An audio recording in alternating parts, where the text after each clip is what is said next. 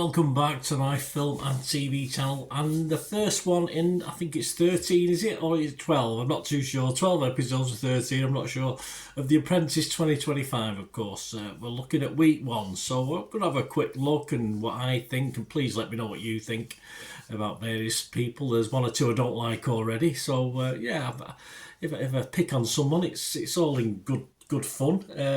Hopefully you might have the same feelings, or you might stick up for him. It doesn't matter, does it? It's all opinions. It doesn't. Somebody who rubs me up, you might like them. It's just how it is. That's what life is, isn't it? So we'll have a look at week one, which of course was entitled Austria Tours. Please, if you've not checked out my little vlog on all the candidates, a little rundown of what they're up to, etc., please do so. It takes some getting into, doesn't it? Certainly for my old brain, when you've got 18 and trying to remember, I have to sort of pause the telly and figure out who's who and who's talking half the time. But we get there eventually. Certainly when it gets down to the last five, I'll probably know all the names by then, but it's not easy. It's not easy for me, I say, my old brain anyway. 9 boys and 9 girls, of course, are fighting it out for Sugar's 250,000 to avoid his dreaded finger, and the usual platitudes and stupid bullshit comments come out from these candidates at the start of the programme, of course, who usually do talk the talk but rarely walk the walk. But I think they're asked. There's absolutely no doubt in my mind that the producers, and when they interview these guys, always want them to come up with this crap anyway, which is all part of the fun of it. So you immediately like someone or you don't like someone. So I immediately had a dislike for one or two of the players. Well, candidates I think they're called, aren't they? But they are players, aren't they? And if you've watched Apprentice, I mean, we're into obviously getting near series 20 now, up to 19 series. So if you've watched it, I think the last few years, certainly the women have dominated, the girls have dominated. We found very few quality lads or guys in this, and of course I think generally the actual standard isn't great. But I did notice when I did my little preliminary thing, a lot of these people have got their own businesses at the moment. Some of them claim to earn a lot of money from the businesses, so I'm hoping for a good batch in this. But unfortunately the ones who are claiming to earn a lot of money are perhaps a bit arsey, but not nice people anyway. But a business, you have to be hard, but you don't always have to be hard, you know. You can mix it up. There's a time to be hard, there's a time not to be hard, but sometimes some of these have got very poor management skills. Some of the pre-challenge promises and claims. We started with Amber, of course, who picked up. There's a bit of a doubt that this is the one who got into trouble when they went, I think, is it Turkey or something later in the sea? I don't know what episode it is, but she said she can sleep when she's dead because sleep is overrated. I mean, please, come on. But she's already joint top of my dislike list for coming up with crap like that. And I think, as I said, I think she wasn't sleeping. She's the one who made, my apology if it's not Amber, but allegedly someone like Amber, she certainly wasn't sleeping with a candidate later in the series, but we'll talk about that. And another really big head that got my back up, and I was hoping to get kicked out first episode just to really annoy him, he's got a business worth millions apparently, Carlo, who's had a couple of hair transplants. It's all to do with hair transplants with Carlo. He noticed he was going a bit bald, so I don't like him anyway, because he's no use to me. And he actually said that what others can earn in a month, he takes in 1 hour. All right, what a prick. Yeah, I don't like him at all. And as this episode panned out, not many did like Carlo, even his teammates. Emma is a tank. I thought that was quite funny, apparently, so get out of her way. Johnny's the nice guy, although I have found one or two other nice guys so far as well. And Chisel is a lion, although shouldn't that be lioness, or are we not allowed to call, do we just call all lions now? But anyway, who can keep up in this day and age? And they were off to Austria, of course. Will the hills be alive for our candidates? It wasn't boys versus girls, which I think most of the boys would be quite happy about, because I can't remember the last time a girl got kicked off on the first episode of The Apprentice, because usually for those couple of weeks it's girls versus boys. But I think we're fed up with the girls winning all the time, or someone is who knows more, so they mixed them up, which is okay, because the boys were getting beat, everybody embarrassing us every season. You've seen it, of course. You've seen the episodes. Spoilers on here, guys. So don't, if you've not watched it yet, watch the episodes. I don't go into any great detail, so the spoilers aren't overly specific. But the sort of things I noticed in order as they were going through stuff that was happening. I'm not going to be specific on the teams and who was doing what and who's this sort of thing. It's just general comments. Of course, we had Team Forest. There's no big discussion on the names this time, was there? Of course, in Austria, someone picked Forest and someone picked Glacier, which is fair enough, but usually the and ah over what the team's going to be called, so that was a bit disappointing, I thought. Certainly on Team Forest, there's no rush to be PM because no one's been involved in touristy things before. None of them have been on holidays, obviously, apparently. But anyway, eventually Anissa stepped up, which was a good thing for her in the long term as PM. So Dean can sell anything, but obviously that's one of those statements that is going to be open to criticism very quickly, and certainly was in this episode. Carlo, who wasn't interested in the PM job, but obviously had a lot to say around the table. So he never stepped up, did he? So let's just put him down in my estimation again. Jana was off to a flyer. I liked his negotiation skills, very friendly. I like him. He's one of my likes already. I think that we had to sort of get down to about £52 a ticket for the tour thing, is that's what it cost them. As far as sales, they were asking 200 quid, which is always going to be a big ask anyway. Although it is Austria, they probably got a few quid, €200, sorry. They probably got a few quid in Austria, haven't they? And then they went down to 100, but obviously didn't quite get that either. Kia plays rock, paper and scissors, and tickets are going for 50. You knew that was going to come back and bite him in the arse later on. And then someone who paid 100 for one found out about this and wasn't very happy. So no surprise there. So not the greatest selling by that team. And I think they sell 6 tickets for about €375 against a spend of 620.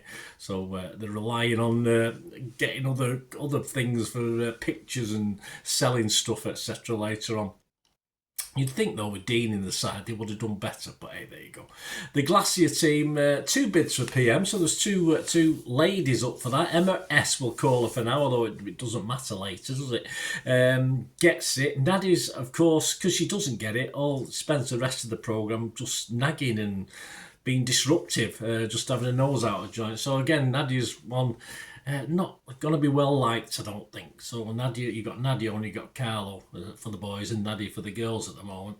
Theirs was 57 per person for the tour, so it cost them a little bit more. But the good news is, of course, this €200 still plummeted their ticket sales to just over 80, but they got rid of them all, so that was going to be the big difference. They got rid of 12 and the other team only got rid of 6. The tours themselves, things of note. I think Johnny and the team was a bit embarrassing. I thought they only had to remember 2 things, the Dolomites and Innsbruck, and he didn't remember either of them, and he didn't even know where the Dolomites were, but apparently they're everywhere. So I've just looked out the window at them now, actually. There I am in Altrincham. Chiseler was a yodeling master. I thought she did very well. Yeah, very proud. Better than Keir, who promised to yodel, but he didn't say he was any good at it. He just said he'd do it. Frederick tried to instill a little bit of fun on the slopes, doing his angels, etc. He did okay. He's friendly enough. Carlo wasn't very happy. He pulled his face about the mating habits of bees, as you'd expect. Is he happy about anything? And I actually saw Karen Brady enjoying herself, sledging down the slopes. Yeah, she loved that. Yeah, she is human after all. She's not a robot. Back in the boardroom, of course, Glacier team. Nadia gets a lot of stick from her compatriots, which is probably right, but they do make a profit at the end of the day of 230 quid. Mainly win this because they shifted all 12 tickets, basically. Forest team, of course, Kia gets a bit of stick from Sugar, as you'd expect, but the tour was okay. The 6 people that went on it, at least you got a personal service, didn't you? But they did make an £166 loss, so obviously they're back for the sacking. It's as simple as that. Carlo blames Emma and Dean. Does anyone like Carlo? Probably his mum, but that's probably pushing it as well. Rock, paper and scissors didn't obviously sit well as a business practice. With Lord Sugar, no surprise there. And yeah, no surprise that the PM and all the sales team are brought back because that's where they lost the challenge on the sales, which is fine. Anissa is okay though, because at least usually the PM is up for the chop, aren't they? She or he, usually he, over the last few years. But yeah, all credit. I think Sugar was just desperate to get any positives out of this, so obviously she got credit for stepping up. Emma sadly for Emma, because it's early days, not a chance. She probably didn't defend herself very well. She didn't look as though she wanted it in the boardroom, because I don't think she was the worst on this task. And anyway, she had to go because it was very confusing having two Emmas. So now we've got one. So we're all right. I think it would have happened with Emma at some stage anyway. In the Emma, is it Emma Rothwell? So probably best she goes now because she seems a nice girl and it's not going to work, is it? In fairness, I think any of the six could have gone. I think Emma being quiet sort of went against her. My joint top dislike, Carlo, escapes for now. Hopefully it won't be for too long. A little bit about Emma Rothwell, of course. If you've she was a proud Northerner whose boyfriend's garage-based online gift store has thrived into a fully fledged business. Quirky Giraffe it's called, so look it up, guys. Give her your support. I did say in my little introduction vlog, she started selling to mugs and then realised no, she was selling mugs, not two mugs, and she wants to give 9-to-5ers a passive income with a big idea. So mums at home and stuff like that. So that was a nice touch as well. What did go against her though, of course, was that she had attended one of Karen Brady's Women in Business talks, so that probably didn't help, did it? So she probably failed because of that. 10,000 likes on TikTok. Yeah, it's all right. It's not bad. 9,000 more than me, but hey, I'm not going to hold that against her. But anyway, there you go. Emma, we had said goodbye to Emma, and a nice girl. If you watched the accompanying programme, You're Fired, she's just a nice girl, which we knew that anyway. Anyone impressed? Well, on the losing side, I think Jana stood out for me. He's got potential. He may fall into the too nice category eventually, though, but I think if he's got a bit of business acumen, he's certainly got a chance. And that was it, really, on that side. On the winning side, not really. I mean, no one stood out particularly, even though they won the contest.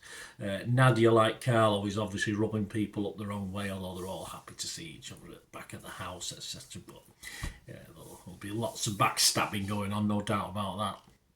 Overall, who was hiding? Who didn't step up to the plate? Well, Amber stated in the house at the end of the programme there's no hiding in this process. Well, she did a pretty good job of it in this episode, I think.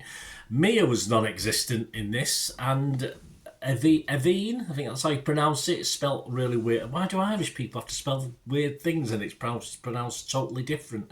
I remember as a kid, I had trouble with things like Sean, but there you go. Anyway, Evine and Jordan, surprisingly enough, are both Irish, but they certainly not give us any gift of the gab yet, have they? They're very quiet in this episode.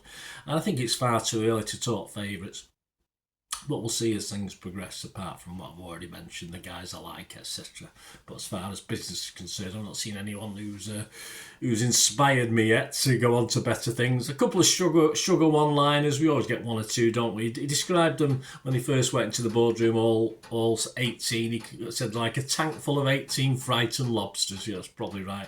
And of course, he commented later on about he was in the mug business, of course, with Emma's business. I was in the mug business once. I bought Spurs, which is self-deprecating football humour. We know what that's like being. Well, I do as a City fan. We do it all the time. You can do it about your own, but if someone else had slagged Spurs off, Spurs fans wouldn't have been happy. But Sugar can do it because he's a Spurs fan.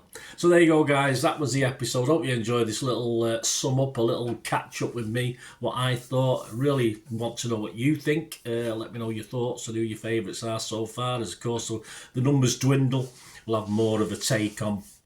I'll do my top 10 when we get down to the last 10, etc. Which I think worked out pretty well last year. I think I've more or less got the couple of winners in my top ones, or from sort of late in the process. So it sort of worked out okay. I might be wrong.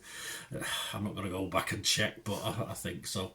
And so join me next week, of course, as the remaining 17. Now only 17 fighting it out. We're going to create a virtual pop star, so we know someone will be fired. So we'll have to see as well. And do you do like me, where they show snippets? They had a hot air balloon thing at the start, and you look for candidates, you think, oh well, he's still in it at that stage. So I mean, did they give? I'm sure they don't give too much away. I'm sure they don't go too far forward, but It's interesting. Do you do that? I always have a quick look, but then try and forget because I think it ruins it if you start thinking too. I mean, I'm sure someone pauses it and says, "Oh, he's there, or she's there." So anyway, I don't do that. I notice it, but I don't go into any great detail because it gives it away in a bit. Gives it away a bit, doesn't it? One of the tasks might be one of a couple from the end, and who's survived. But I probably don't think they go that far ahead anyway. Anyway, let me know what your thoughts, guys. Great to have them. Please, you want to contact me through YouTube, of course, in the comments or through any of my socials. And if you do like what I try and do, guys, I'm not too proud. Any support for the channel is always very, very welcome, and I only ask you to keep watching and listening. A quick shout out before we go for my sponsors at the moment. Fiat6505, they've got a little eBay shop and they sell movie posters from the 1990s and 2000s, some great films, some great actors, so please check the link in the comments section below and you'll go straight to the shop. I dispatch everything between 24 and 48 hours, so if you see anything there you want to order it, you can also mention my name. I mean, they are sponsoring me, so I do my little deal as well, so you can get 10% off if you buy anything. Just mention me, so say Bernard sent you, and they'll give you a 10% reduction on your order price. My thanks to Fiat6505. If you're interested in sponsoring the channel yourselves, guys, supporting the channel by sponsorship, just let me know. My socials are on screen there, so just contact me about that and we can have a chat. Other ways to help me out, guys, if you watch the ads, if the ads on this YouTube ads, that helps in a very little way, but it all helps. It all, watch the pennies and pounds look after themselves, they say, don't they? Or the pennies or the 10p's look after themselves. But if you watch the ads or follow the links on the ads as well, that's always a nice way to support the channel. If you sort of hang on for it, I've done that. I watched other people's and followed the ads, just something I fancied, which does happen from time to time. Of course, you can support me by pushing that subscribe button as mentioned earlier, and that's of course pressing the button so you know when these vlogs are coming out. And of course I'm always interested in your opinions, and of course if you can give us a like, that'd be wonderful as well. So thanks for watching, guys. Hopefully I'll join you very, very soon with something else. Until we meet again, I'll never ask one thing, don't I? Please stay safe, everyone. Bye for now.